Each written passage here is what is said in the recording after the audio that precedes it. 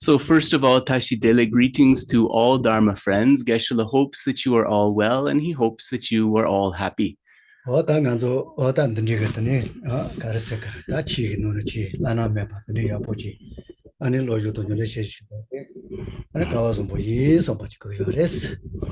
So we should think that in terms of being able to meet the Dharma, especially able to meet a Dharma like this, which is beyond comprehension, and to study and practice it, we are all extremely fortunate. So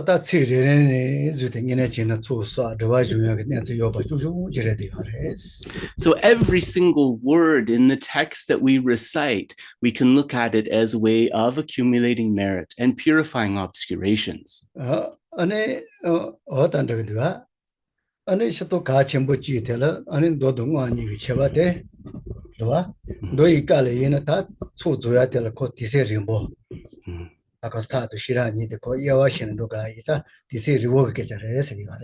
So when we speak about the differences of Sutra and the Tantra, often we speak about Sutra taking longer to reach the goal of the practice. And this is in fact because with the Sutra approach, it takes longer to accumulate merits. And part of the reason that this is the case is because the two collections of merit and wisdom have to be cultivated separately. They cannot be cultivated together.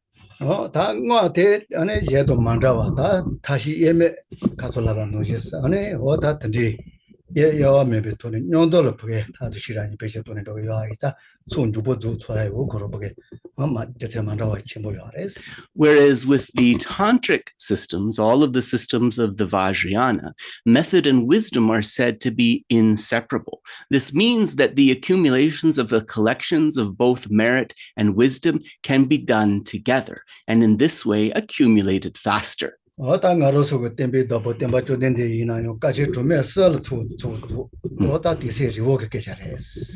in fact, when we speak about our founder, the Blessed One, Buddha Shakyamuni, it is said that it took him 3 incalculable eons, 3 kalpas, in order to accumulate the two collections.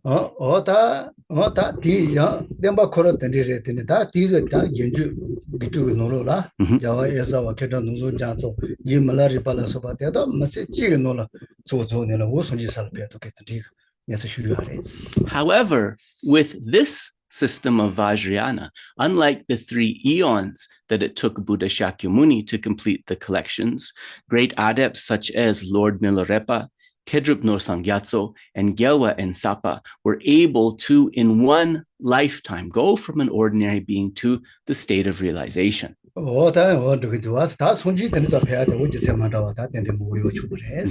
of course, one way of understanding this is just Buddha Shakyamuni demonstrating that aspect. He did that for specific reasons. In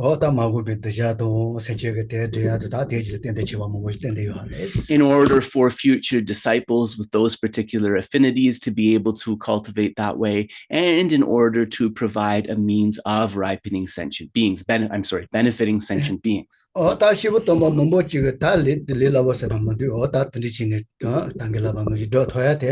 So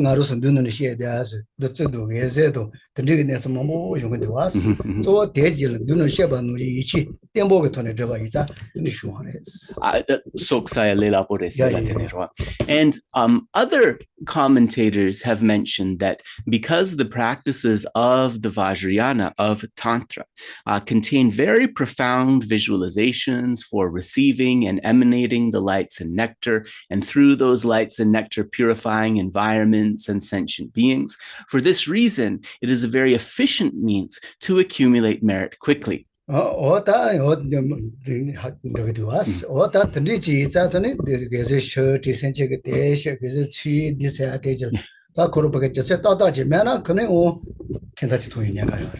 Sorry, and one more thing Geshe mentioned, and this is when it is done with faith. So when we don't understand the meanings behind the visualization, such as emanating the lights and nectars, benefiting sentient beings and so forth, absorbing the light rays back into our heart, just kind of doing the visualization mindlessly, then it becomes something not so meaningful, right? 어땅으로서 눈을 체도 걸리라 버려서 어디서도 이제 배제도 돼야 돼. 아니 또 컬러 프레션주 세 자루를 요봐. 돈이 또 비거더니 다 이제도 든지가 그렇게 내가 요봐서 하고서나 다 드는 때인데 그게 이제 친구 So when we talk about the radiant lights and the nectars, we can understand that behind them is the foundation of the motivation of bodhicitta. And we can also understand that those radiant lights represent the radiance, the luminosity of wisdom realizing emptiness. And when we proceed in this way, then the visualizations have more meaning. 그래서 어단에서 드리지 장애를 그게 쿠이 시도 마스나 공바 로소 베비도도 마스나 쿠이 시도 마스나 현지에서도 돈이 또 비시라티 다 그게 좋아 이네 벌써 좁아 땜보여 가지고 그거 알았어. So but in order for all of these practices to come about, we need to build the foundation of the house that we are going to construct. And that foundation needs to be stable. And the foundation means here, bodhicitta and at least a comprehension of the wisdom realizing emptiness. And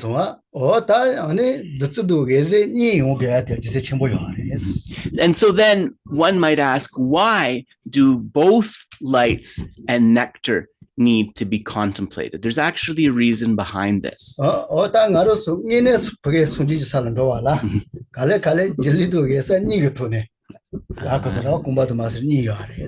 So this represents that in order for us to reach that final state of Anuttara Samyak Sambodhi, complete and perfect enlightenment, we need to realize both the clear light and the illusory body. The lights and nectar together represent that. So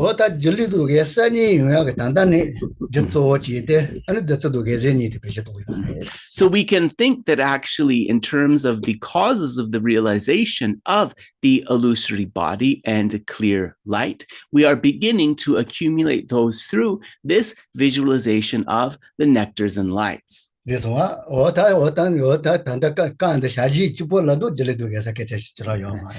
Geshe said we understand this as the causal thing for later realization because, of course, illusory body and clear light are not extensively dealt with in this particular class of Tantra, right? In Kriya or Action Tantra.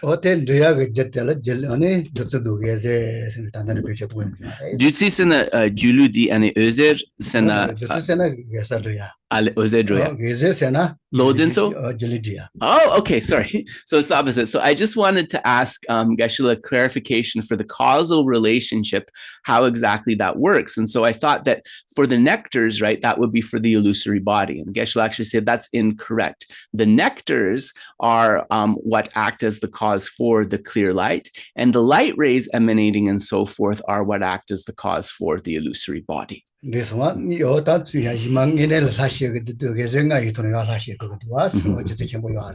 also, right, visualizing the light rays, very good training because when we arise as the deity, when we come to even more profound practices of self-generation, we do this on the basis of those 5 colored lights, right? This one, this the name of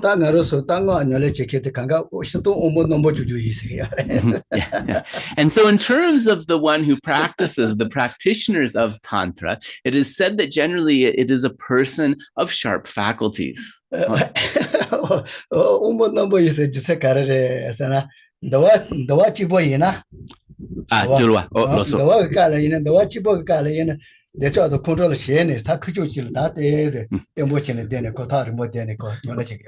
So why do we think this? Sorry. So why do we say this?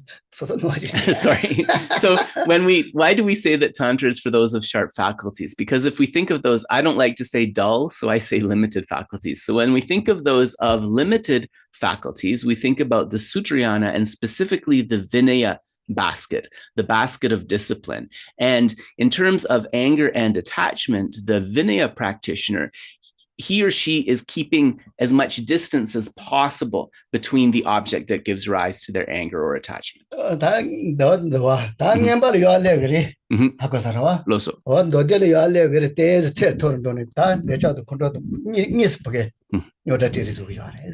then that is the discipline basket, the Vinaya approach, to stay far away from the object. When we come to the Sutra basket of the Tripitaka, Dode When we come to the sutra basket of the Tripitaka, nganzo katuk tugire, right? Ya katu tap ya dangine to pray. Ya Okay, we can come face to face with the object of our anger or the object of our attachment.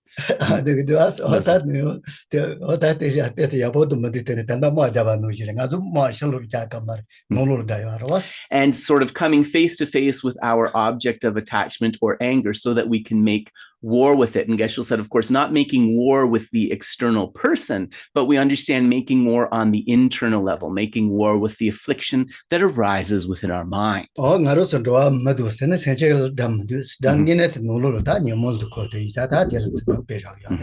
it's really important to understand when we speak about that example, right? We understand that the external person or sentient being or circumstance that's giving rise to the anger, for example, that's not the real enemy, right? In fact, the real enemy is the internal enemy, the affliction that is arising within our mind. So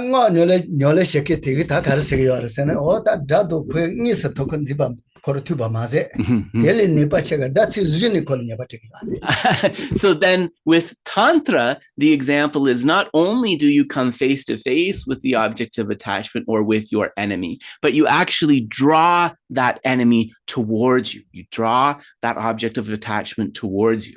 This one,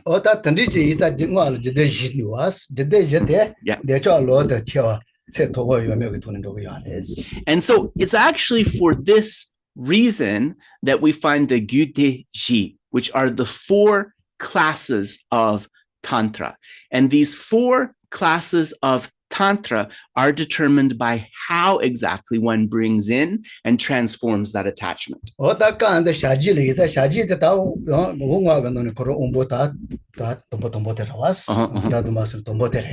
And so in terms of the practice that that we're discussing today, this is a practice of Kriya, or action tantra. So out of the 4, this is considered the lowest in that it's kind of more approachable in terms of the practitioner.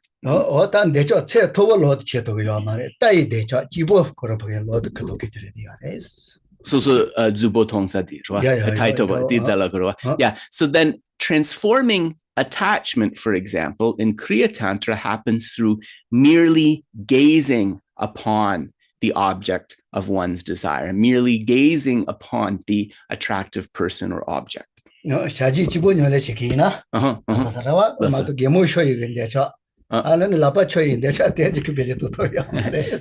if you are really just exclusively a practitioner of Kriya Tantra, you try to kind of bring in and transform that attachment merely through gazing upon the object. You don't smile at the person or the thing. You don't hold hands with the person or the thing. It's merely gazing.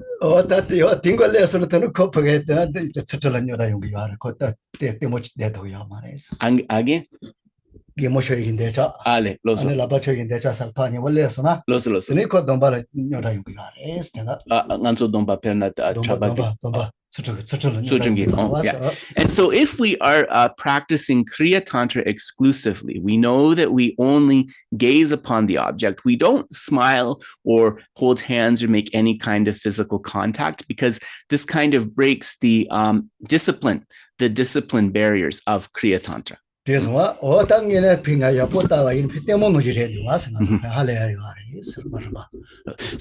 if we actually kind of think about it, it's almost like gazing at a film or something that is happening and seeing how we can transform that reaction. It's a little bit like that.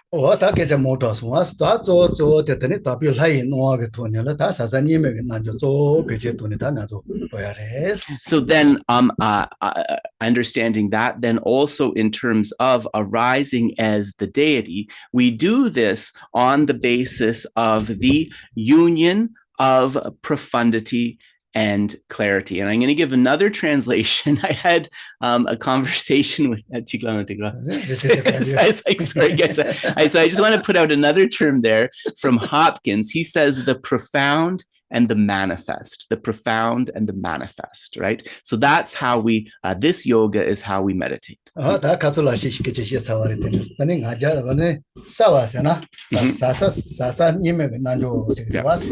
it's the yoga of the indivisible profundity and clarity, or the yoga of the indivisible, profound, and manifest. Manifest, profound, and manifest.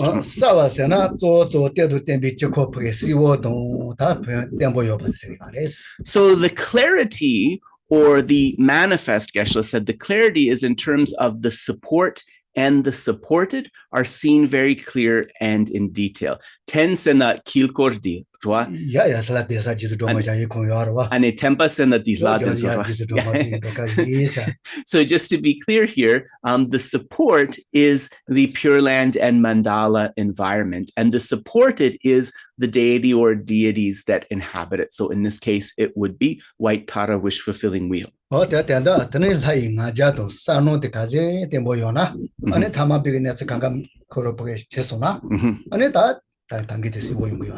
So if one is able, through cultivating this, to have real divine pride in actually being the deity, and also in terms of having the clear appearance of the deity, this is a very effective training. So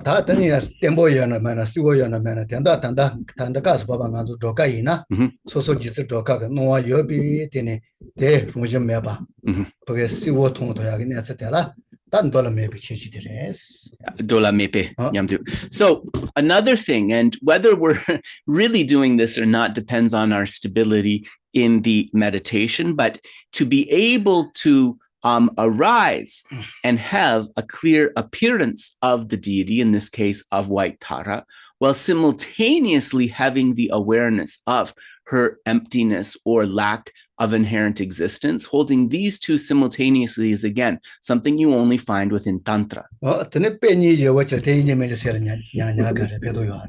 Yeah.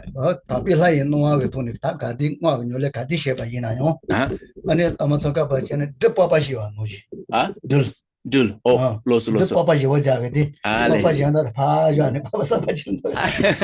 Yeah. So another kind of example, and this one comes from Lama Tsongkhapa, it's an example that Geshe said he really likes, is when we are arising as the deity, as the self-generation, we have to kind of get rid of our old appearance. And Lama Tsongkhapa said this is like a snake shedding its skin. So the snake gets rid of the old skin and brings forth that beautiful new skin. So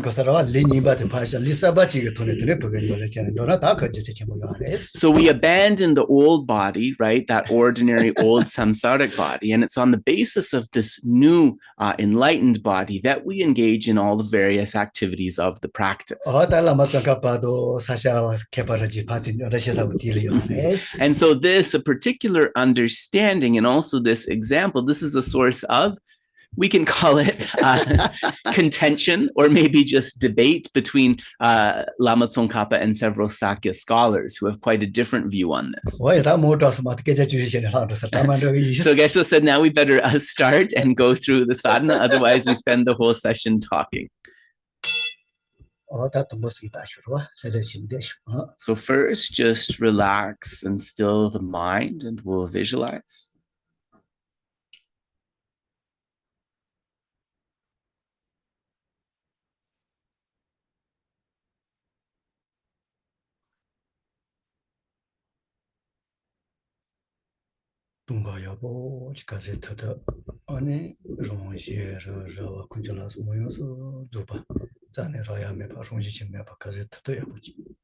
So really contemplate emptiness according to your capacity. Think myself, others, the environment, the mountains, rivers, trees, and so forth. There is not a single one which is truly existent. They all lack inherent existence.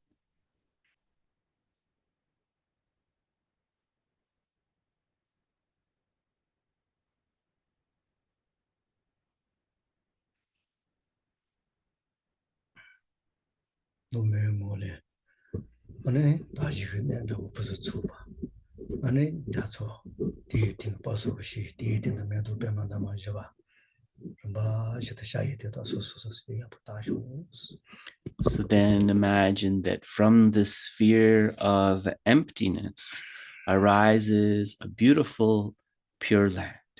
In the center of this pure land is a vast celestial lake.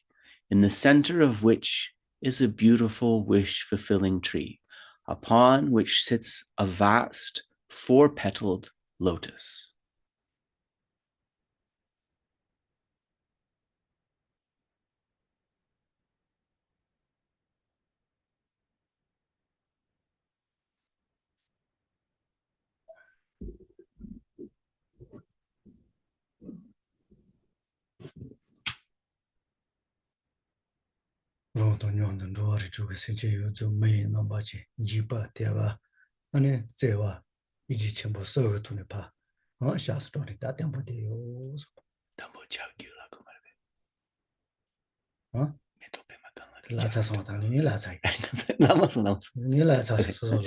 And upon that four-petaled lotus are the various objects of refuge related to Buddha, Dharma, and Sangha, as was explained last time. And together with us, gazing upwards towards it with a mind of faith, are ourselves on either side, our mother, father, and all six types of sentient beings, but in human form.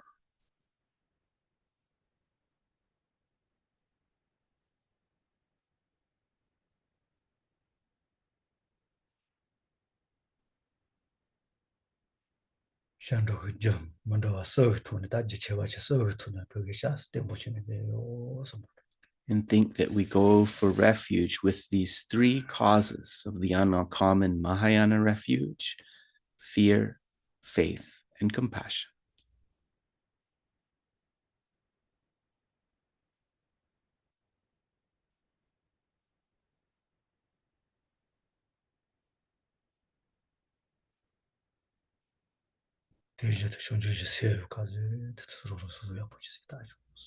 And then, as much as possible, according to your understanding, bring forth the mind of enlightenment, Bodhichitta.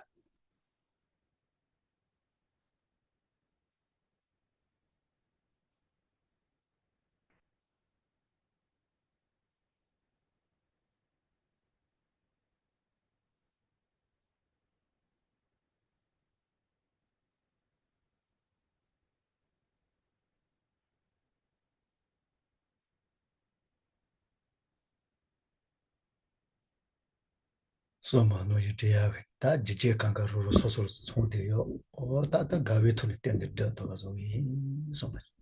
think, I definitely have all the causes and potentials within me to be able to actualize this enlightenment that I wished for, and then cultivate accordingly with joy and with confidence.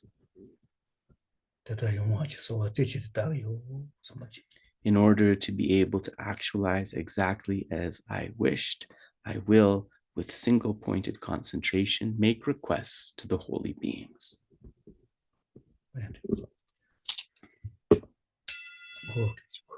Sorry.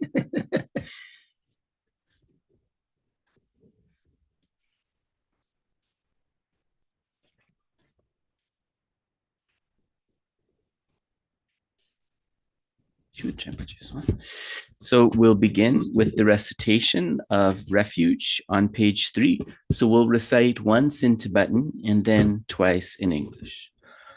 Tadang joa namge tadang nyombe semjen tamje tudine sunde chizi jangju nimbo la chiji batu palden nama tamba namla chabsu chiu zobe sangye namla chabsu chiu Gendun la cha su chiu jitsun ma joka yijin kolo la so kodan chepa namla cha su chiu da dan jo. Oh, sorry. Yes, sorry. English. English. I and all living beings as extensive as space, from today on until the essence of enlightenment is achieved, take refuge in the glorious holy gurus. Take refuge in the fully accomplished Buddhas. Take refuge in the holy Dharma. Take refuge in the Supreme Assembly. I take refuge in the Venerable Lady White Tara, the wish-fulfilling wheel, and the complete entourage of deities. I and all living beings as extensive as space, from today on until the essence of enlightenment is achieved. Take refuge in the glorious holy gurus. Take refuge in the fully accomplished Buddhas. Take refuge in the holy Dharma. Take refuge in the Supreme Assembly. I take refuge in the Venerable Lady White Tara, the wish-fulfilling wheel, and the complete entourage of deities. So then the next one.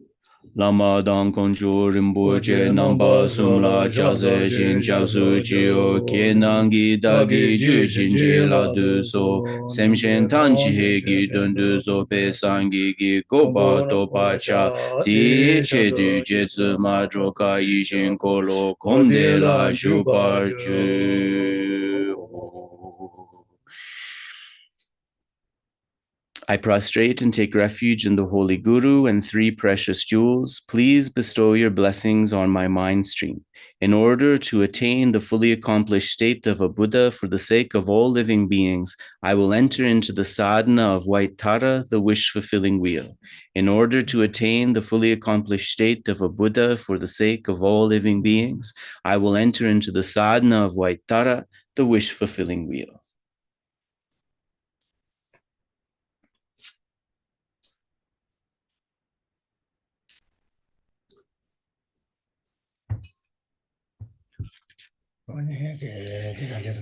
Instantaneously, I arise as Venerable White Tara. So now with the mantras.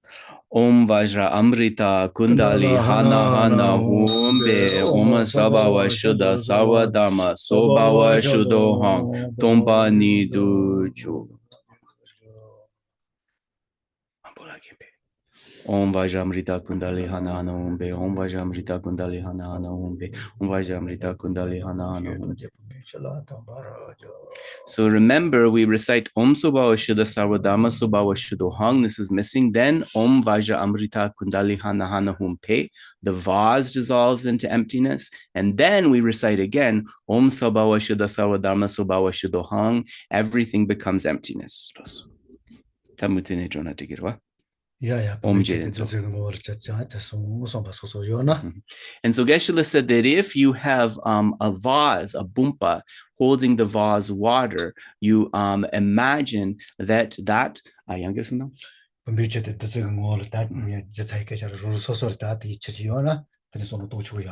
you imagine that on the basis of the visualization that was explained, that the water within the vase transforms into the amrit, into the nectar. So out of emptiness, from 8 Om syllables appear spacious, extensive, jeweled vessels, of which the syllables Om transform into different offering substances, which are clear, unobstructed, and as extensive as space. Om Agam Ahum, Om Pajim Ahum, Om Pushpe Ahum, Om Dupe Ahum, Om Aloke Ahum, Om Gende Ahum, Om Nuide Ahum, Om Shabda Ahum.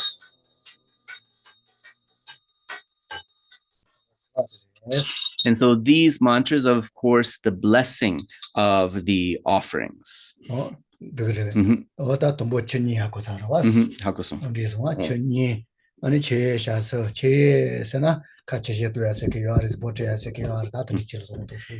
so also remember the point about the 2 waters, the 5 actual offerings, and then music and so forth. So the 2 offering waters are the preliminary water, Geshe said, for either rinsing the mouth or drinking, and then the foot washing water. So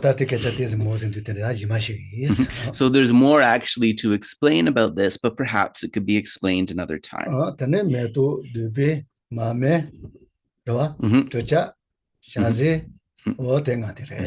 So then the 5 actual offerings are the flowers, incense, light, perfumed water, and food. And then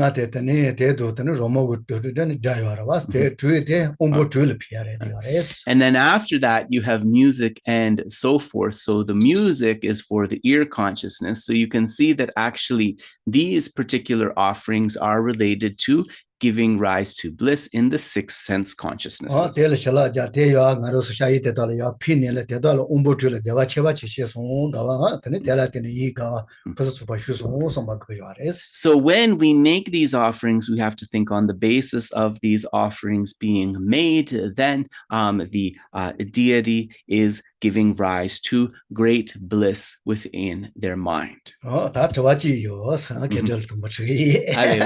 So Geshe says that he has a question, and the question is going to be put to Ngodrup first. So I feel like I'm being set up to fail, but we'll see how it goes. That's okay.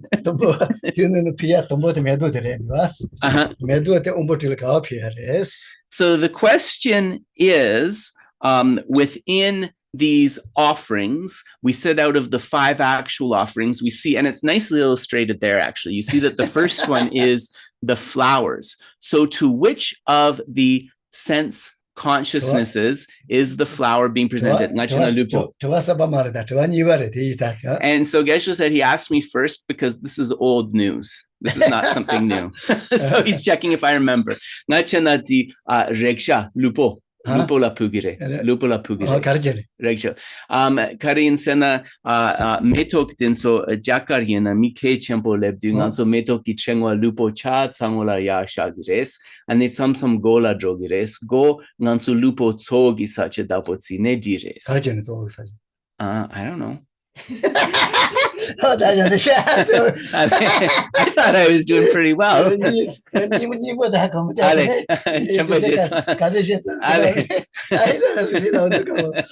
I started there, medo the copy as a shuttle the tang as a meal of Pito Chocolate. So the Lilipia, Ligio Omopia. Ligio Omopia. Still paying that. The last was, I got it right, I think. But anyways, what I said to Geshe, which is what is correct, is you would think that the flowers are being offered to the eye sense consciousness because they're very beautiful, but actually the flowers are what is offered as an object of touch, so to the body consciousness. And the reason is because in ancient India, of course, a flower garland was placed over the body, and Geshe said it actually used to be on the head. So the part that I guess I didn't get right is why we thought that the head is the main place of the body. So I forgot something. Geshe is taking great joy in my forgetting. That's not very nice. But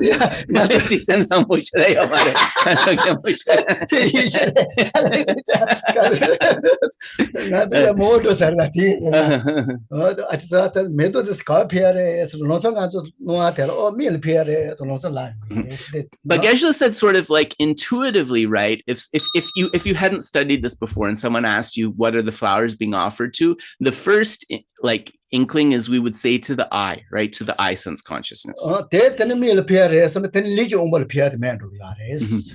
the problem is if you offer them to the eye consciousness, then you're not having an offering to offer to the body consciousness. Because it's very clear that actually in terms of what's offered to the eye consciousness, it is the offering of lights represented by the butter lamp you see in that picture.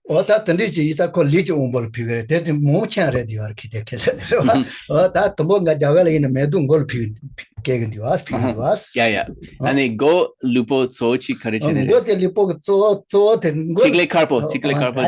Oh, now I remember. Okay, I remembered now.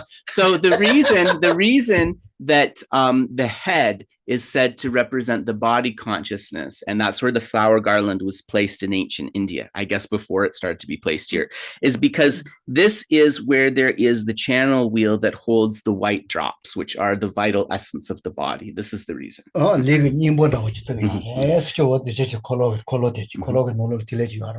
the wheel of great bliss, the channel wheel that is kind of towards the top of the head, this is where the white drops abide, and they are considered kind of a vital force of the body.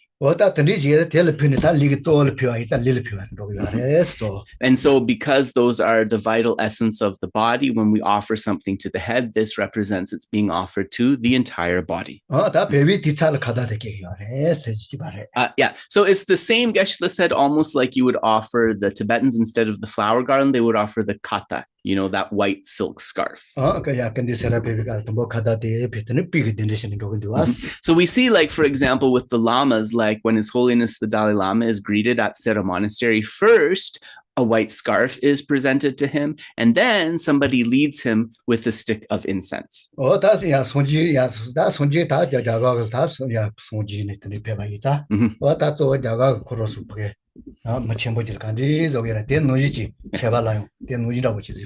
this relates to, you know, the Buddha having being born in what we now call the land of India, and we can see that these offerings are actually connected to the cultural traditions of what people in the Indian subcontinent would do when they are having an honored guest, right? And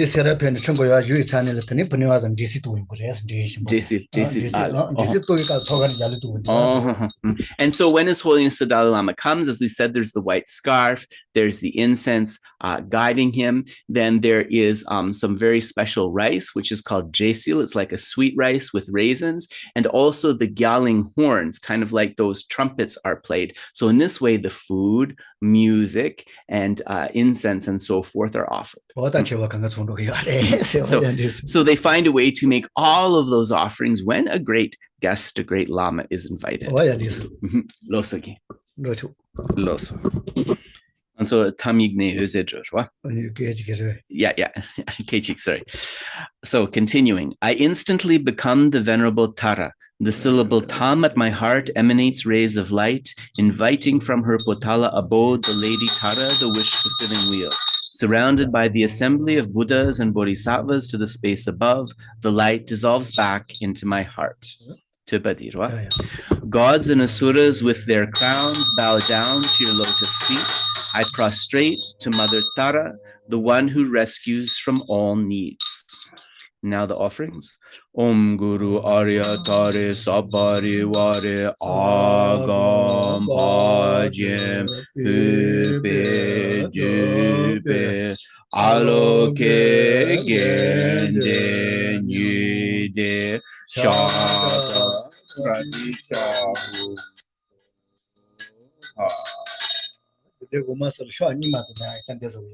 Again? Oh, yeah. So Geshe said that in the deities of offering in the 3 lower classes of Tantra only have 2 hands, not 4. And that's why when you see one of the mudras being made, one hand remains still. So someone emailed me yesterday asking, Ngodrup, why aren't you doing the offerings so that we can follow along? And I actually don't know how to do the offerings properly for Kriya Tantra. So they are quite different from the mudras that you would do in the context of your highest yoga Tantra practice. Yeah, with the highest yoga Tantra, you know, the motions are more fluid, and you're using both hands because it's considered that the offering goddesses actually have 4 arms. So that's why it's like that.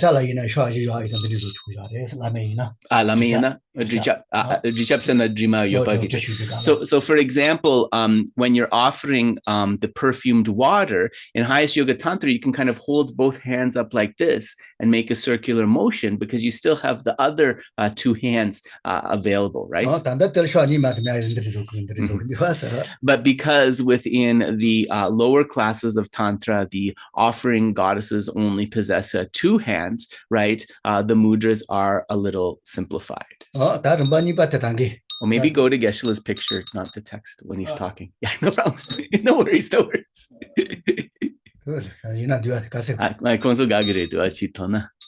So, Agam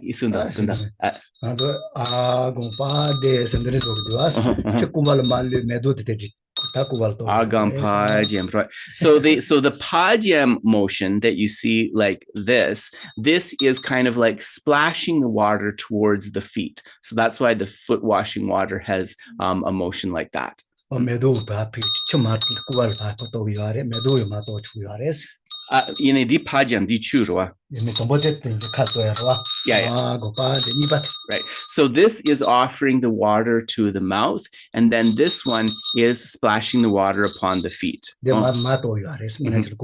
you have to go outwards towards the feet of the deity.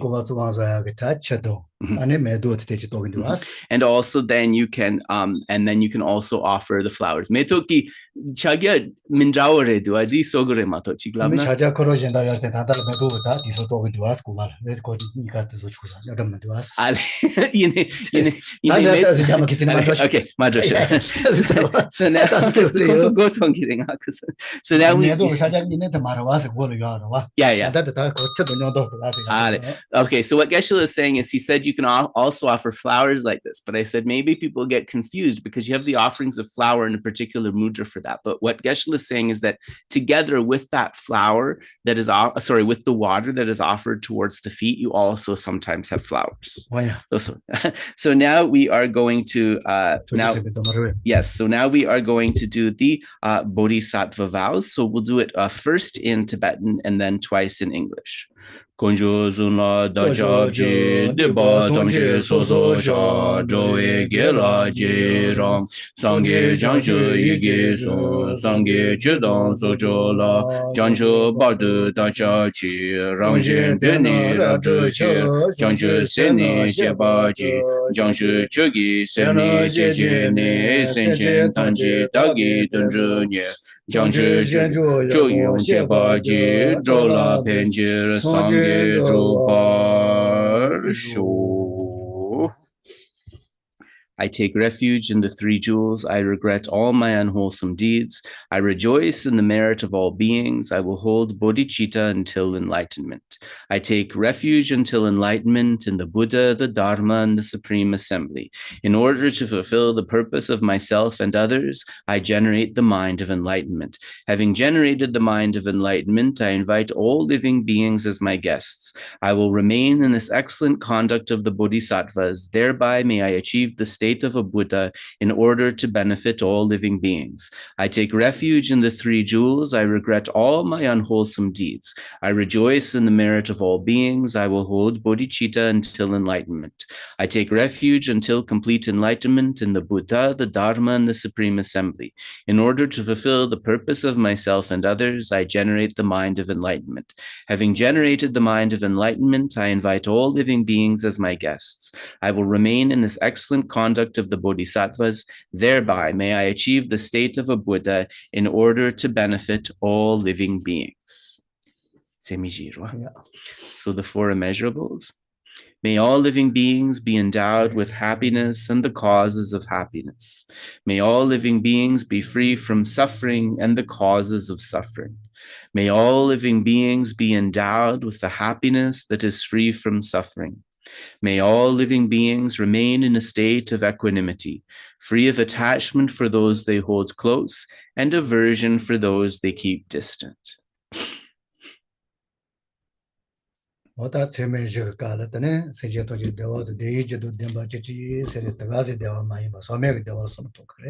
when we say in the context of the four immeasurables, may all sentient beings be endowed with happiness and the causes of happiness, we don't think of any kind of like limited sort of worldly kind of happiness, right? We should think of them really achieving uncontaminated happiness.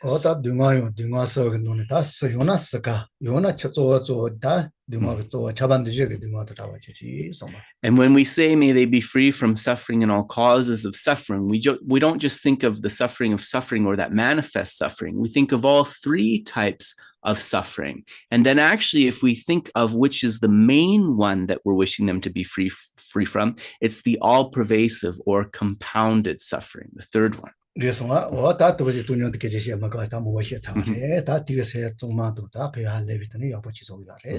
then also to place them all in equanimity. We won't explain this again, as Geshe explained it at length, wishing them to be able to all possess that. So Geshe said he would normally have a question for Dave, but you are saved because we don't have time. So we're going for it. Okay, he's going to ask it. Geshe wants to ask it. Okay. So as Geshe asks the question, also feel like you're asking it to yourself. Feel like you're asking it to yourself and reflecting.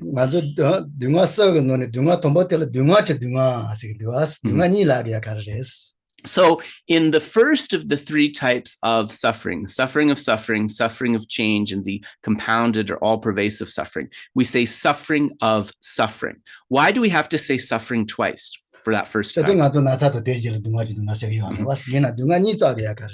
normally we can understand the suffering of suffering is things like illnesses and discomfort and so forth. But why do we have to say suffering twice in its name? He's not going to ask me because Geshe asked me yesterday and I failed. If you're curious, I failed to answer. So he already gave me the answer yesterday, so Geshe won't ask me again. So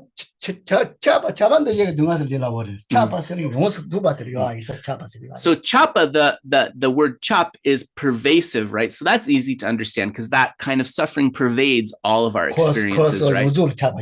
It also pervades all of the three realms, the form, formless, and desire realms. So for this first type of suffering, why do we have to say suffering of suffering? Why do we say suffering twice?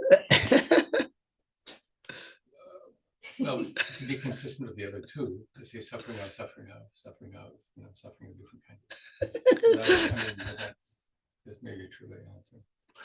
Karin sa na agenda, din so kabaduche ki dungel, gyurwe, dungel dang, din so ni metsang dungel gi dungel out the rest of which. But what's the meaning of having the word suffering twice in there? You didn't answer clearly.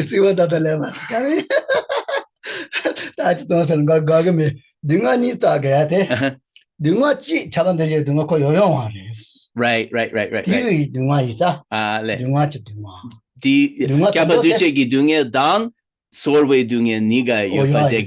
Okay. So the answer is one of those sufferings actually refers to the compounded or all-pervasive suffering, because the compounded or all-pervasive suffering pervades that first type of suffering as well. And the other suffering is related to the suffering feeling, the unpleasant feeling. So that's why you have suffering twice. So now you see why when we say the suffering of suffering, why that word suffering appears twice. So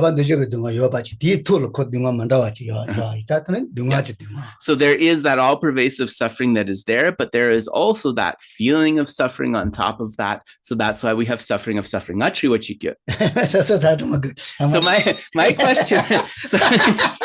my question is, then why don't we say the suffering of change? Because isn't the all-pervasive suffering also going to the suffering of change? Gyurwe dungye drona denek also gyurwe dungye nangla yang dungye tangmani gogire du karin sena gyurwe dungye yang kyaba dushe gi dungye yores deni di karechene yomares.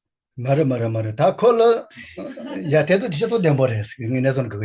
Geshe said, actually, it is true in a way. You would actually need to say suffering twice also for that suffering of change. Geshe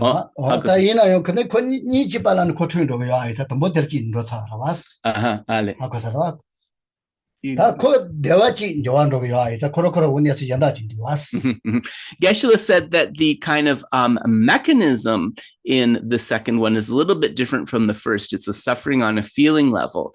But the second type of suffering, the suffering of change, is a consequential suffering. It's a suffering that we experience as the consequence of something changing. So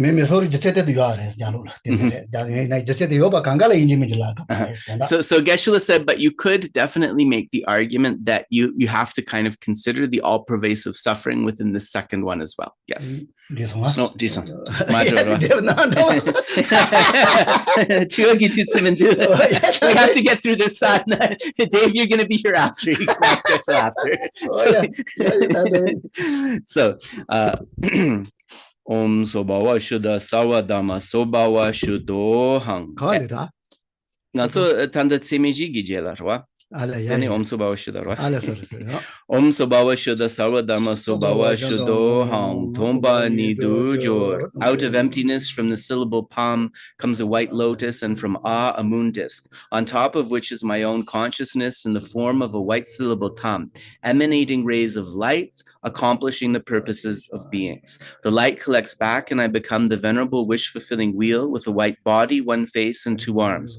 My right hand is in the gesture of supreme giving. My left hand is at my heart and holds between thumb and ring finger the stem of an utpala flower that blossoms at the level of my ear.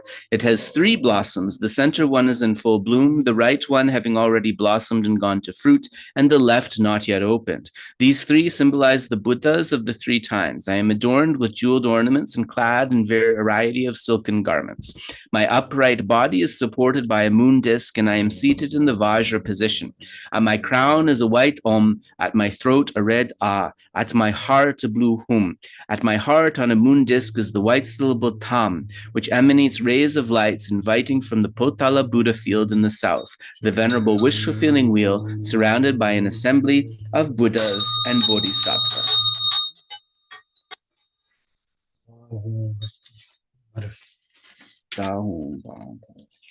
Zahumbam hola maswa. Okay. So de la di ale de la ale hakasan. So zahumbam hola go. Jahumbam ho, they become non-dual. Again, rays of lights emanate from the syllable at my heart, inviting the initiating deities. Please bestow on me the initiation. Om Sarva Tathagata Abhishekata Samayashriye Ahu. My body is filled, purifying all stains. The excess nectar overflows from my crown, transforms into Buddha Amitabha. Om Vajra Amrita Kundali Hana Hana Huompe Om Sobawa Shuddha Sarva Dhamma Sobawa Shuddhoham. Out of emptiness from 8 Om syllables appear spacious, extensive, jeweled vessels inside of which the syllables Om transform into different offering substances, which are clear, unobstructed, and as extensive as space.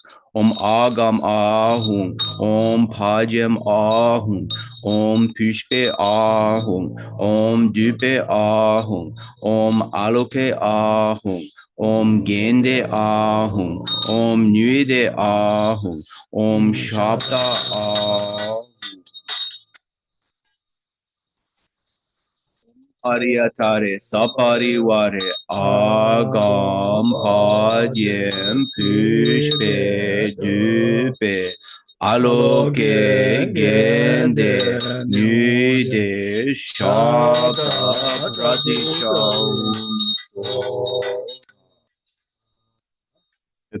Yeah. I prostrate to Mother Tara, the liberator of beings from existence, the one who liberates from the 8 worldly fears with Tutare, freeing from all illnesses with Ture. All the wisdom and activities of compassion of the extensive Buddhas, appearing in the form of the extremely beautiful goddess, bestowing longevity and supreme attainments to a great number of beings. I prostrate to the one who is extremely white and holds an utpala in her hand. So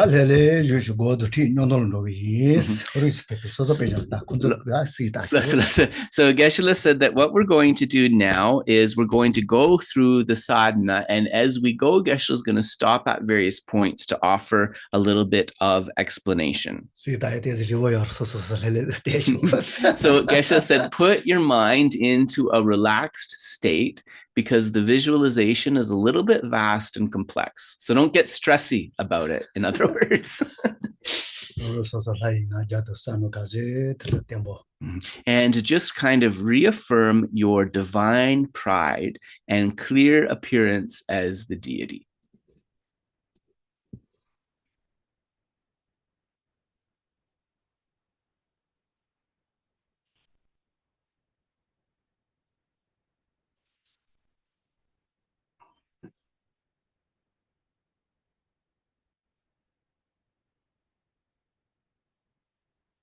돈이 포마도가다 사이 니가 콜로가부 쯔제와 At the heart of myself, visualized as Arya White Tara, is an 8-spoked wheel with a hub and 3 rims. 대화도 무쳐 름바서도 된바 Dilaso. 라체 Dilaso.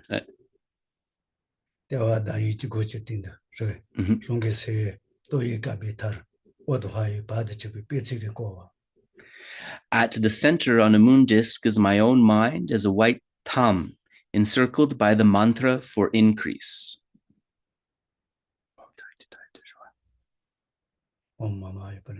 Om tare tutare ture mama ayopuni jana pushtim kuruye swaha.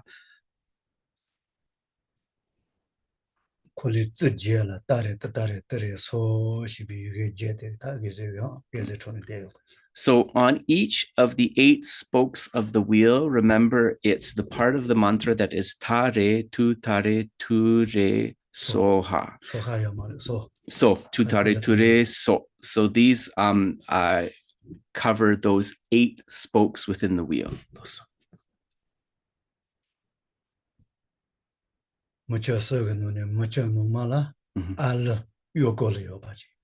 And then after those 8 spokes, there is an inner rim of the wheel, and counterclockwise, you have the vowels of the alphabet.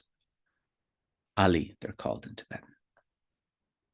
And so that's a, I, u, ri, ri, li, li, e, a, ka, a, swaha.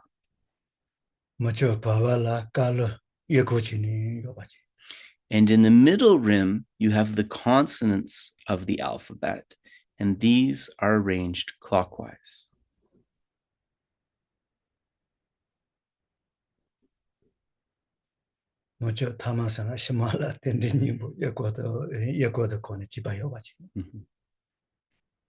Dharma Diro. Yeah. And then on the outer rim, so Geshe said this is the last rim of the wheel. You have the mantra of the essence of dependent origination, Om Ye Dharma.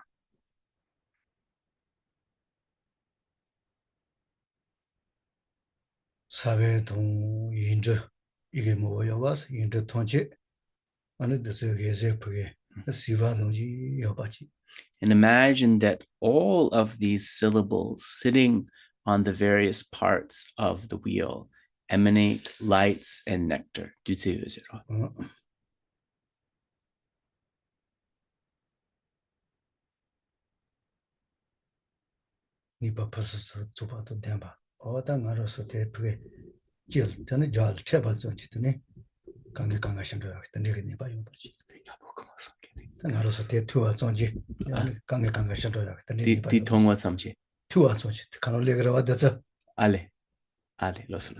And think that from these lights and nectars merely touching us, ourselves and beings are completely freed from all difficulties.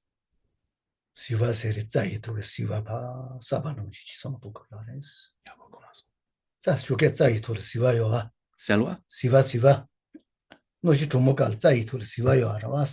Oh, Ale. Yeah. And you think that the nectar kind of drips off these letters emanating light, just like dew drips off the leaves of grass, or frost kind of drips off the leaves of grass.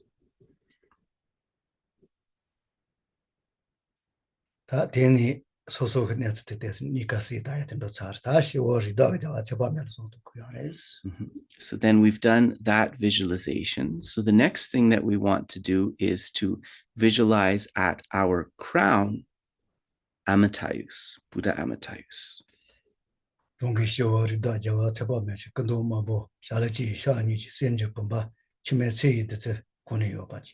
So reading from the sadhana, at my crown is Lord of the family, Lord Amitayus. We might want to go down in the sadhana, go down on the page. At my crown is the Lord of the family, Lord Amitayus, red in color, with one face and 2 arms, holding a golden vase filled with the nectar of immortality. He sits in the gesture of meditative equipoise. So that's in the Vajra posture, the lotus posture. So he's clad in various silk and jeweled ornaments. He sits in that Vajra position, and then at his heart, he is adorned with a red syllable Ri.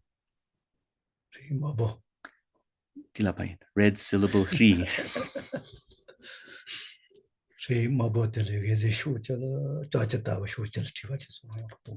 And then from that red Ri radiate hook-like red rays of light emanating to all the 10 directions.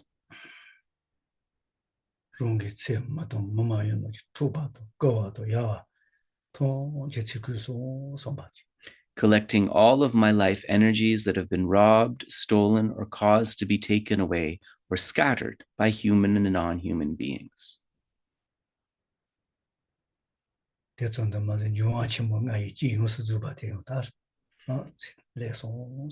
And also think that these light rays as well draw in the essence of the 5 great elements.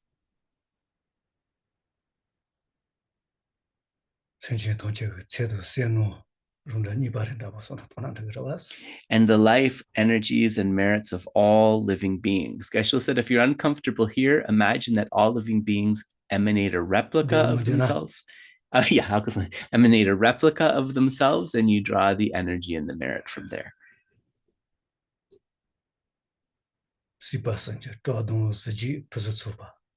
And the brilliance and dignity of the 3 worlds and so forth.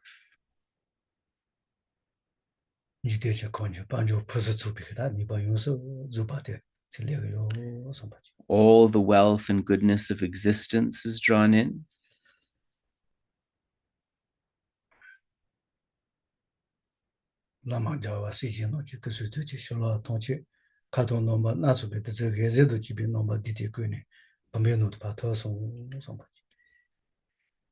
And all the wealth and goodness of existence and the blessings of the body, speech, and mind of the Guru, Buddhas, and Bodhisattvas is collected back in the form of nectar and rays of light of different colors.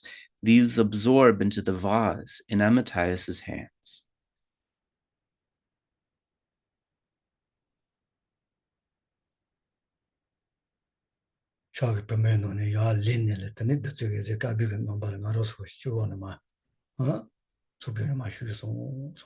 So by that absorption, the white nectar in the vase overflows and enters into the crown opening, absorbing into the wheel, mantra, and seed syllable at my heart.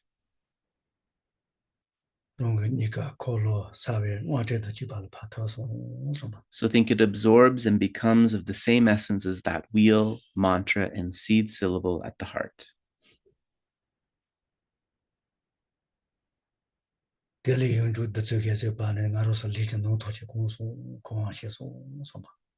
And then from that, the nectar continues to flow down and it fills up my entire body.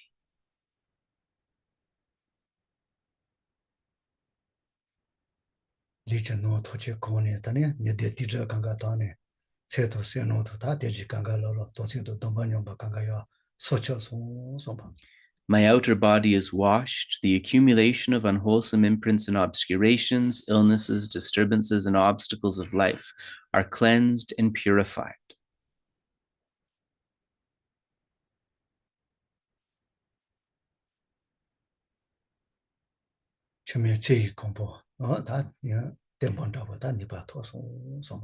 Restoring energy, merits, and vows, and I attain the city of immortality. So now we'll go down and we'll recite the mantra. Om tare tutare ture mama ayo punye jana pushim kuruye swaha. Om tare tutare.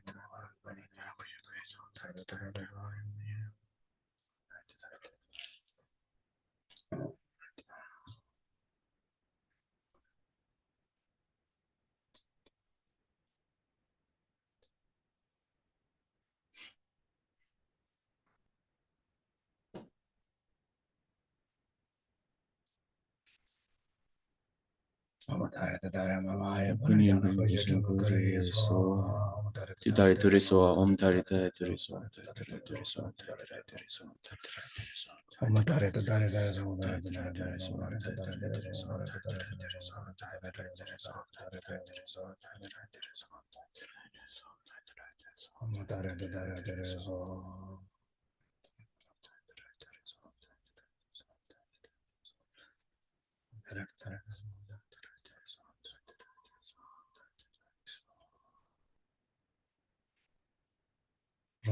Dharma to say to go near Rondo Yonder Senja Tonji, Yobachi Sono Stamo.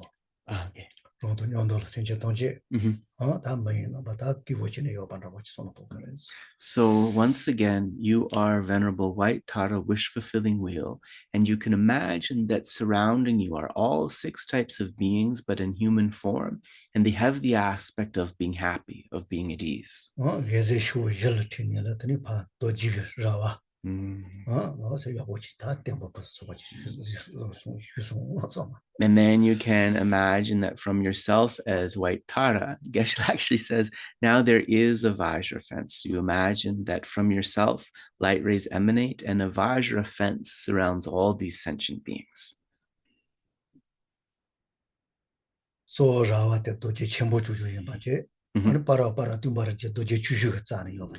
So when you have this kind of Vajra wheel, you can imagine that like the fence, you can imagine the main part of the fence is these larger Vajras, but that any possible empty spaces in between those is completely filled with smaller Vajras.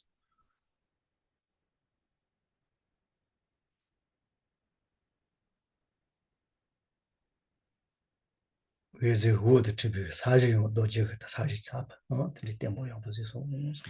you can also imagine that sort of underneath the ground, also acting as a protective barrier, Sa'ola Dorje Chasangwa, is completely filled with Vajras.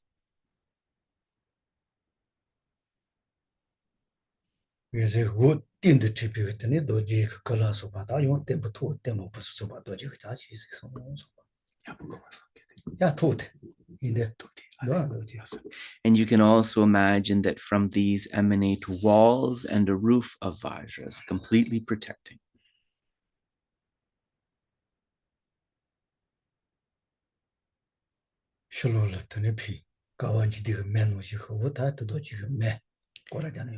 And you can imagine that surrounding this Vajra fence is a fire, like the fire at the end of the eon, through which nothing can penetrate.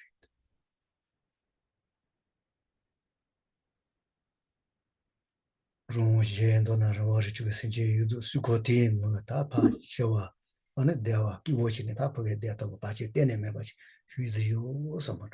think all sentient beings are within this circle of protection. And because they are in this circle of protection, nothing can harm them. They are completely at ease, happy, and peaceful.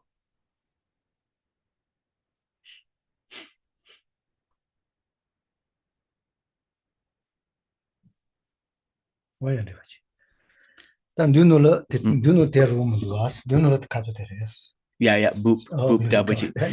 So Geshe said that actually he did this as an alternate visualization of the fence of Vajras and the Vajra ground and tent and so forth. But if you're following the words of the sadhana, it says like a hat. This is again a mistranslation. It's a boop. It's those symbols that are kind of shaped like a hat with part on one on top of the other. So that's what it's like. That's what the protective enclosure is like. So Geshe said, don't be kind of miserly about the size of the hat. Don't be narrow-minded about these visualizations. It's a very vast space inside which all sentient beings can fit. Yeah. Otherwise, when you say the boop, it's the symbol. Those symbols are made of metal, and maybe you think it's like uncomfortable or something to be inside there. It's very nice. Geshe assures you it's very nice. We're not trapping all sentient beings and putting them in a prison to make them miserable. We're protecting sentient beings so they can be happy, right?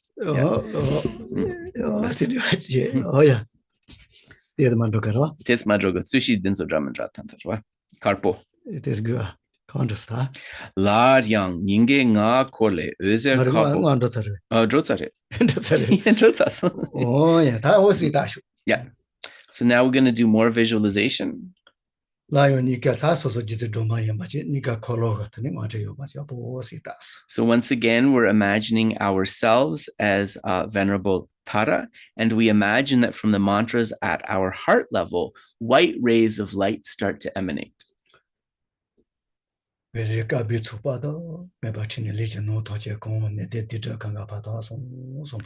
And those light rays fill our body and pacify illness, disturbances, obscurations, unwholesome negativities, and any obstacles to life.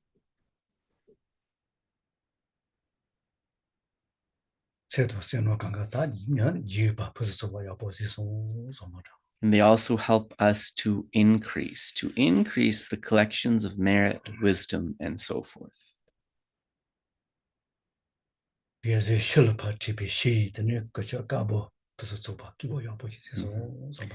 then we imagine that those light rays go out the pores of our body and form a white circle of light outside myself.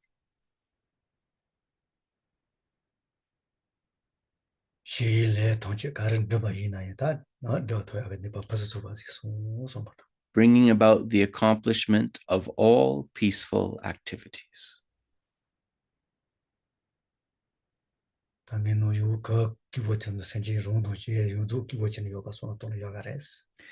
chikpo mayimpa karpo di semshin chatsangwa. So Geshe said that with this visualization, he actually suggests that you don't limit that sort of white tent or shell of protection to yourself, but that you imagine that it covers the entire enclosure and includes all of the sentient beings, as with the previous. And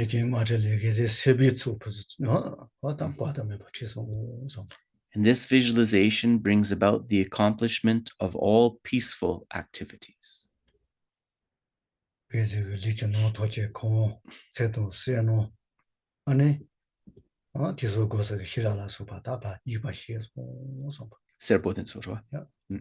again, from the heart, yellow rays of light emanate, filling my body, bringing about an increase of life, merit, and the wisdoms of hearing, contemplation, and meditation.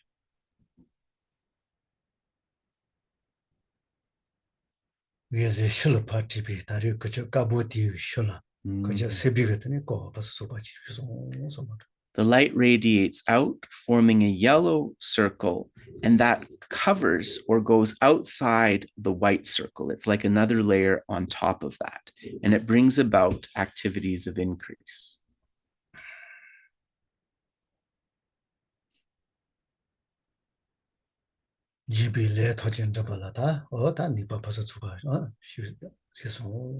So think through this, we've been able to perfectly accomplish all the activities of increase.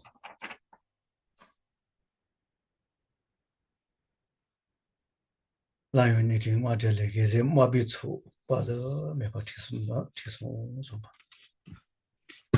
now we think again, red rays of light emanate, endowing me with power and energy to bring the three worlds under my control.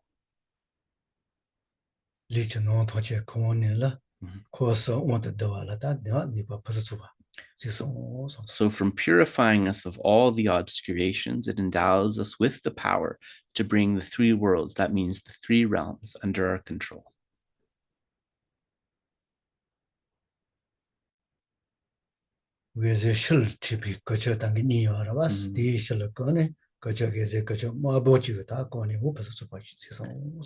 The light rays radiate out, forming a red circle outside of the yellow circle. So Geshe said that's like a red shell that is covering a layer on top of the yellow one.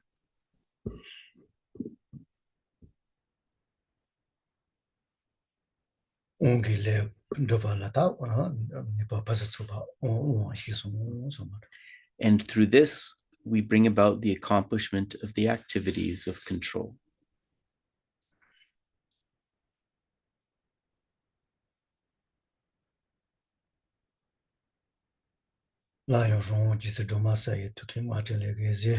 티가 아니 야 벌써 봐 주성 봐.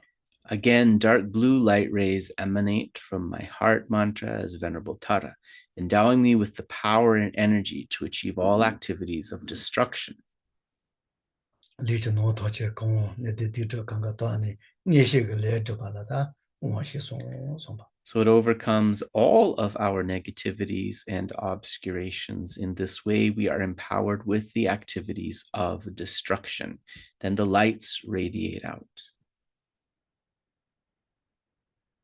그래서 실파 티피가 단계 거쳐 써야라와 디 신는 거쳐 티기거든요 거쳐 이제 거쳐 벌써 수바지 주송 봐. And this forms a blue circle, which is more like a dome or a shell, which is a layer above the red circle.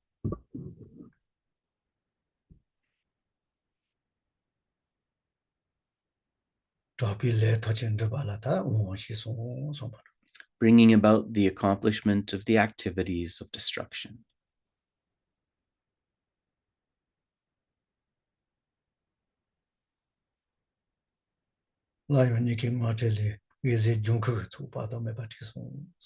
And then again, from the mantra at our heart level, green rays of light are emanated.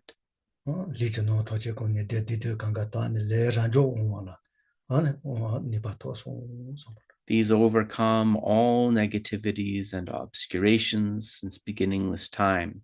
And that light fills our body, endowing us with the power to achieve all enlightened activities.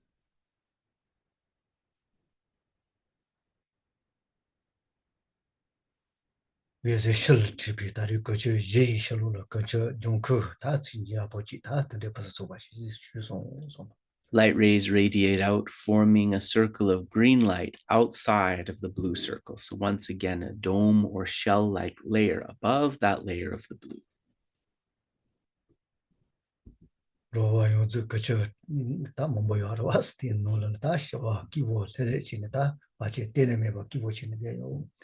Bringing about the accomplishment of all enlightened activities. So Geshe said, thinking about those enlightened activities, accomplishing our own purposes, but also the purpose is the welfare of all other beings, getting rid of their suffering and granting them happiness.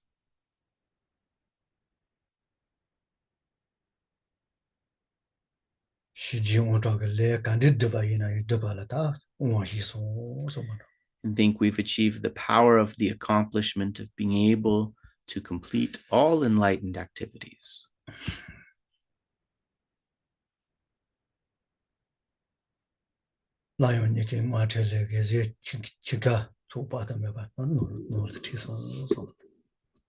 So again, from the mantra at our heart, and here it says brown, but it's more like a rust color. So rust-colored rays of light emanate.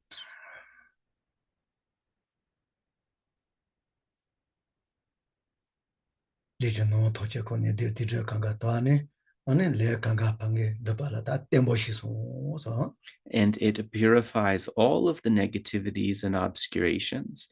And what it does is it establishes stability in the power of activities and attainments.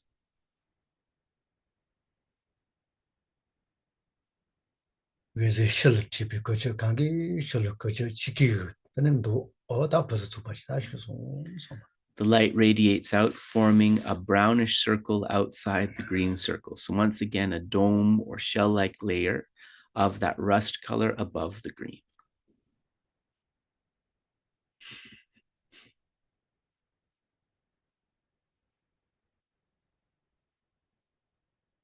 And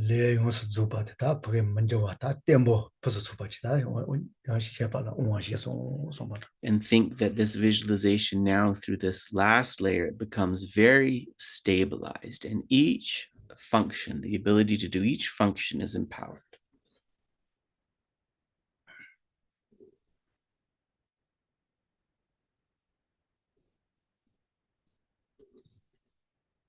And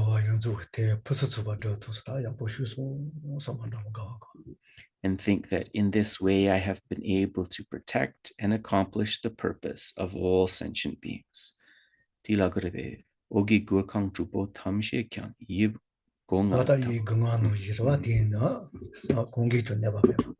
All of these 6 circles are egg-shaped and of one single piece, very hard and strong and cannot be destroyed even by the winds at the ends of existence. All the space between each circle is filled with fresh, newly blossomed blue utpala flowers, soft and tender.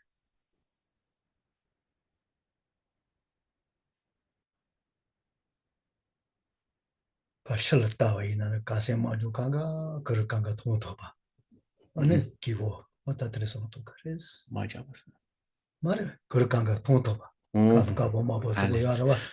said, when you look outside this structure, each of the layers is translucent, so you can see the depth of all of the colors within it.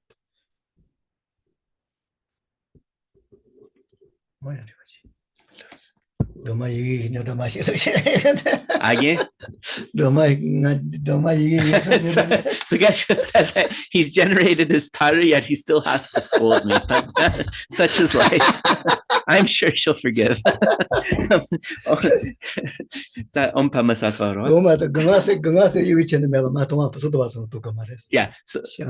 Geshe said that these visualizations of all these layers of the egg, the shells of the egg, or like the layers of the tent, you want to see this as a structure that's really vast and including all beings, right? So you don't want to be narrow-minded.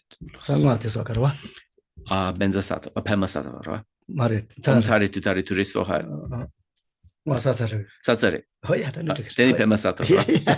we'll go to page 14 and we will recite the Padmasattva mantra. Om Padmasattva Samaya Manubalaya.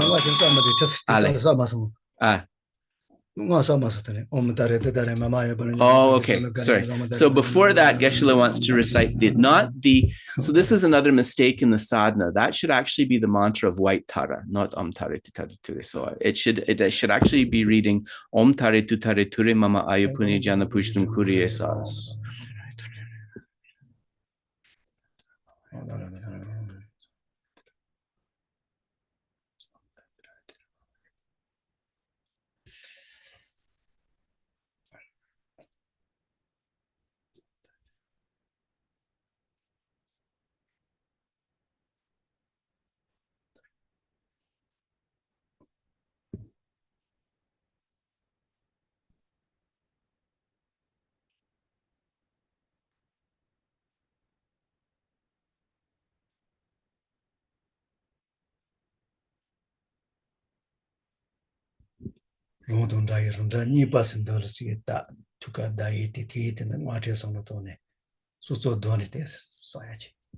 Ale susu rangja di droka jenda chi susu dunla yore. Teniko ngakchen chikyore.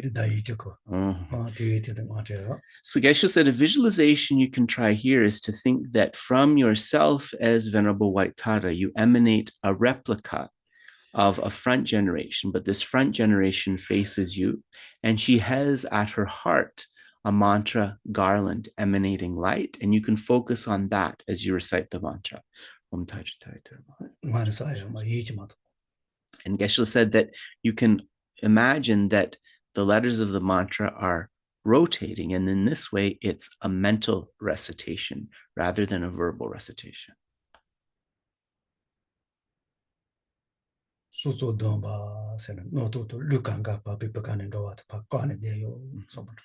And then there's a practice visualize where we visualize and then we sort of control the winds. It's a type of pranayama where we hold in the breath.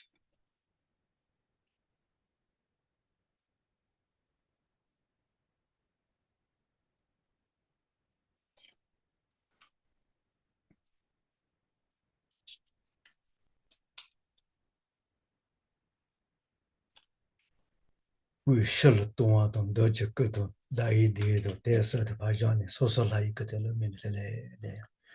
so then when you've held the breath sort of as long as you can doing that mental recitation, then you breathe out. And as you breathe out, then the concentration shifts back to yourself, to the self generation of yourself as White Tara. Soso Dachi. Yeah.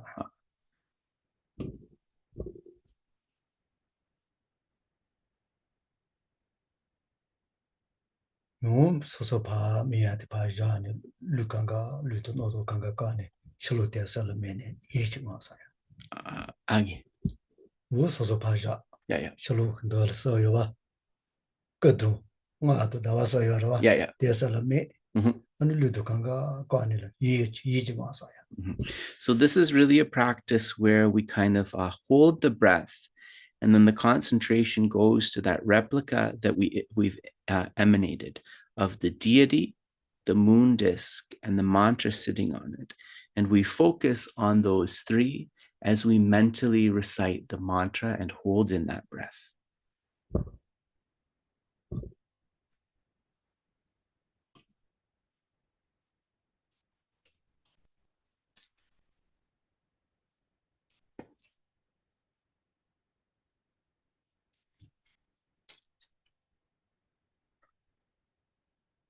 요 할레비 깔레 가서는 미미데 파자 소스 위 실로토네 소소 타마바라 소노토네 레레치네데 And also, if holding the breath and doing this visualization gets tiring, you can simply breathe out, release the breath. And you can also, if you want to relax, release the self-generation of the deity and just think of yourself in ordinary form reciting. So tama penga kyorwa.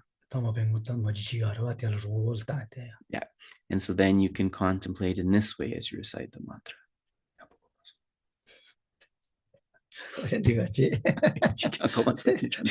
So namgin gi mi samlo tam. Yeah. Okay, yeah, dilas. Goshi. So we will pause there. That's good. Ale, dos. So this pranayama, this sotsur, which is sometimes translated as exertion and vitality, but I think the Sanskrit of this is pranayama. This is a very important meditation. So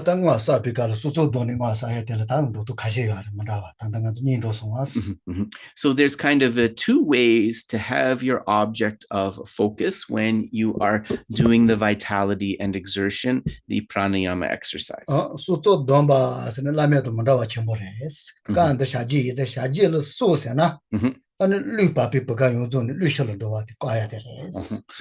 So vitality in the so out of these two words, vitality and exertion, or pranayama, the vitality in Kriya Tantra is understood nganso lungdi samlutam.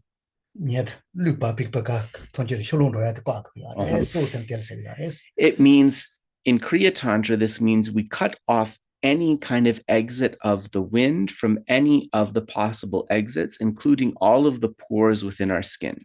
So what's in that?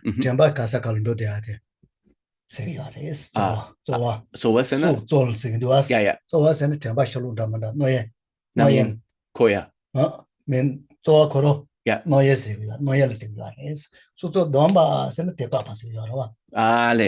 And exertion actually means we can understand that this is the mind going out towards distraction.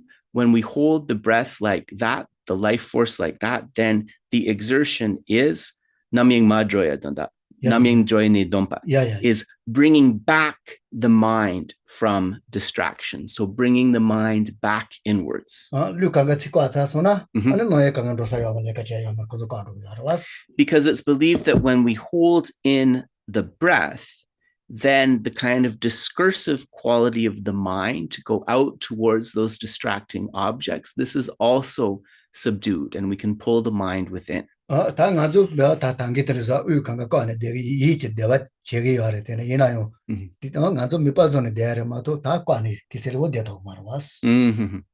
And so then when we do this, we then engage in the visualization and the mental recitation of the mantra. But of course, in the beginning, it's almost like we have to imagine that we're doing all this, because of course we cannot hold our breath for that long.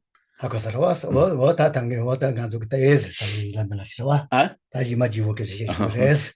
said that more explanation of this vitality and exertion of this pranayama will have to come in a future installment. So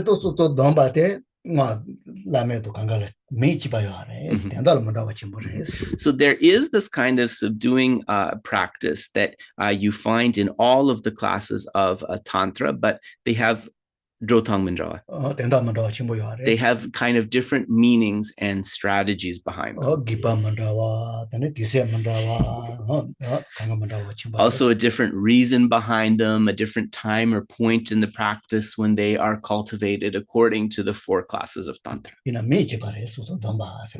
But they're Soso Dampas and that Soksul Dampas. Yeah, but they are all known as a pranayama practices, as practices of vitality and exertion. So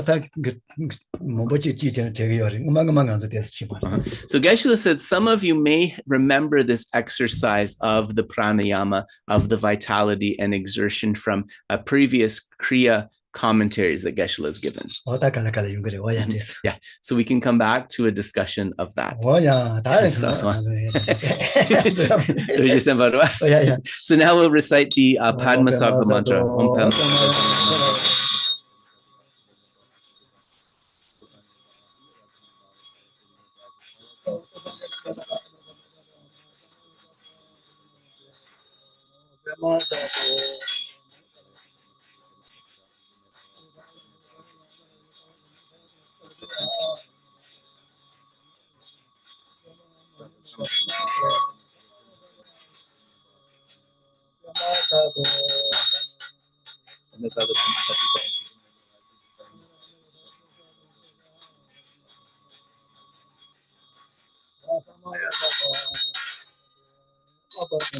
Whatever mistakes I have made because of not knowing or lacking ability or not finding the proper materials, please be patient with these. Om Arya Tare Saparivare Agam Padyem Pupe Dupe Aloke Gende Nude Shabda Pradichao.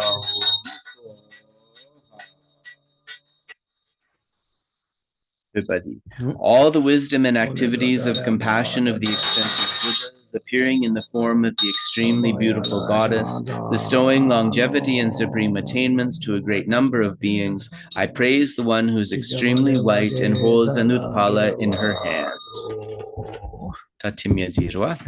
So now we will go to page 18 to do the dissolution. From the syllable at my heart, rays of light emanate. All the container and contained dissolve into light and absorb into the brownish circle. The 6 circles and protective wheel dissolve in stages from outer to inner. The protective wheel also dissolves into me. I absorb into the wheel into the mantra rings, the rings into the tam, which dissolves by stages into emptiness. Out of emptiness, I arise as the Lady Tara, marked at the crown with an Om, at the throat with an Ah, and at the heart with a Hum. Yeah. Through the merit collected by this practice, may I attain the state of Venerable Tara and lead all living beings without exception to her state of enlightenment. When the signs of untimely death appear by instantly seeing the form of the wish-fulfilling wheel, the power of the Lord of Death is eliminated. May I swiftly attain the state of a knowledge holder of immortality. Through the roots of merit accumulated by this meditation, recitation, praises, and offerings to the Venerable Tara, may all obstacles, interferences, evils, and disturbances be pacified, and may I enjoy the glory of immortality. By merely seeing your body, hearing your speech, and remembering you, all signs of untimely death are destroyed. In all my lifetimes, may I be guided by the Venerable Tara, and may I be able to enjoy the holy Dharma. May I swiftly attain the activities of pacification, increase power and destruction, the 8 cities, and so forth. May I quickly attain all the common and supreme attainments, and may all my hope and wishes be spontaneously fulfilled. Whoever holds the sweet dew of nectar of immortality, the sadhana of the white utpala flower, in the palms of their hands respectfully, Aryatara will rejoice in that fortunate being.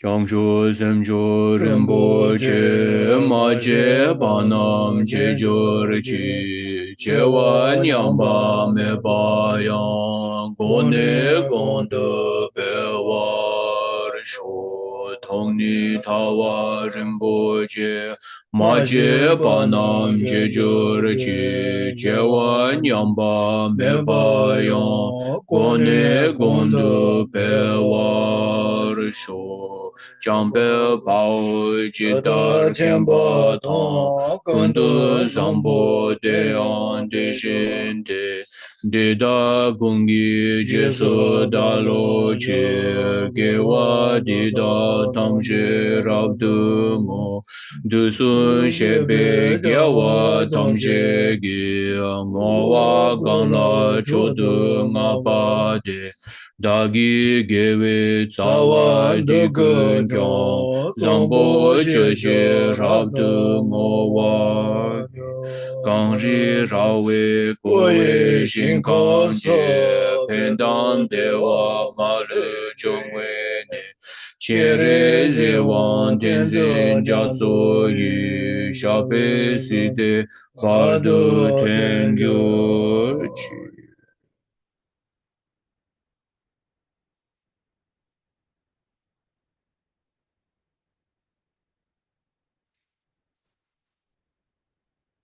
Suta ye zawa kong sa pa te to ta ji zen zhe me shi la la te ne da to ji chen ba zo shi shi bu to ma gang ga se tian ba de zhe ji ba. So through the merits that we have accumulated through the blessings of Venerable Tara, may His Holiness the Dalai Lama in particular and all holy beings have a healthy body, longevity, and may all of their activities continue without obstruction. Ona senshi la te ya bon zhe ki ta pen ba zhe ki ta ma se tu si na da ba ge na la yi na re mei na re ta che ji wa ta tu ya bo. And may any being, whether human, deva, or other type of sentient being who benefits others, who contributes to the welfare of others, have all of their life obstacles completely removed. May they achieve longevity. Ne ka wa yi na som ba ngen ba yo wa ngen ba ta te le sha wa ngen ba kan ji yo ba yi na pa shen ne kan ga ba de shi ni ma sha ta. And in any land that is pervaded by beings with negative thoughts and unwholesome actions, through these merits, may those all be purified, may kindness be brought forth, and may happiness be established there.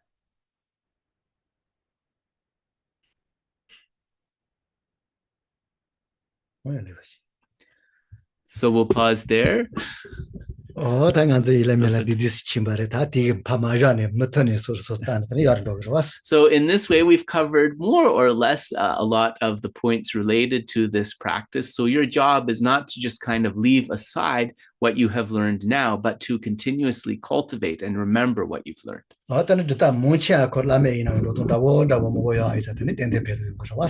And so also for those of you who are practicing the Anuttara, the unexcelled or highest yoga tantra practices, there's going to be a lot of similarity with the Kriya Tantra as well. So much of what you've learned here will also benefit those practices.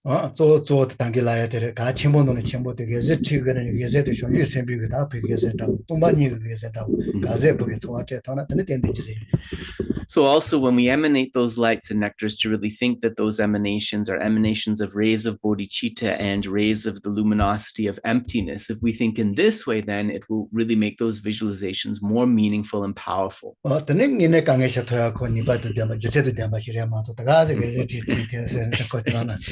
also if it is endowed with those meanings, right, then we can kind of conceive that, yes, those light rays are really able to help get rid of problems, to establish happinesses. Otherwise, if we just think we're emanating some kind of fancy light without knowing the reasons behind it, how could that accomplish anything, right? So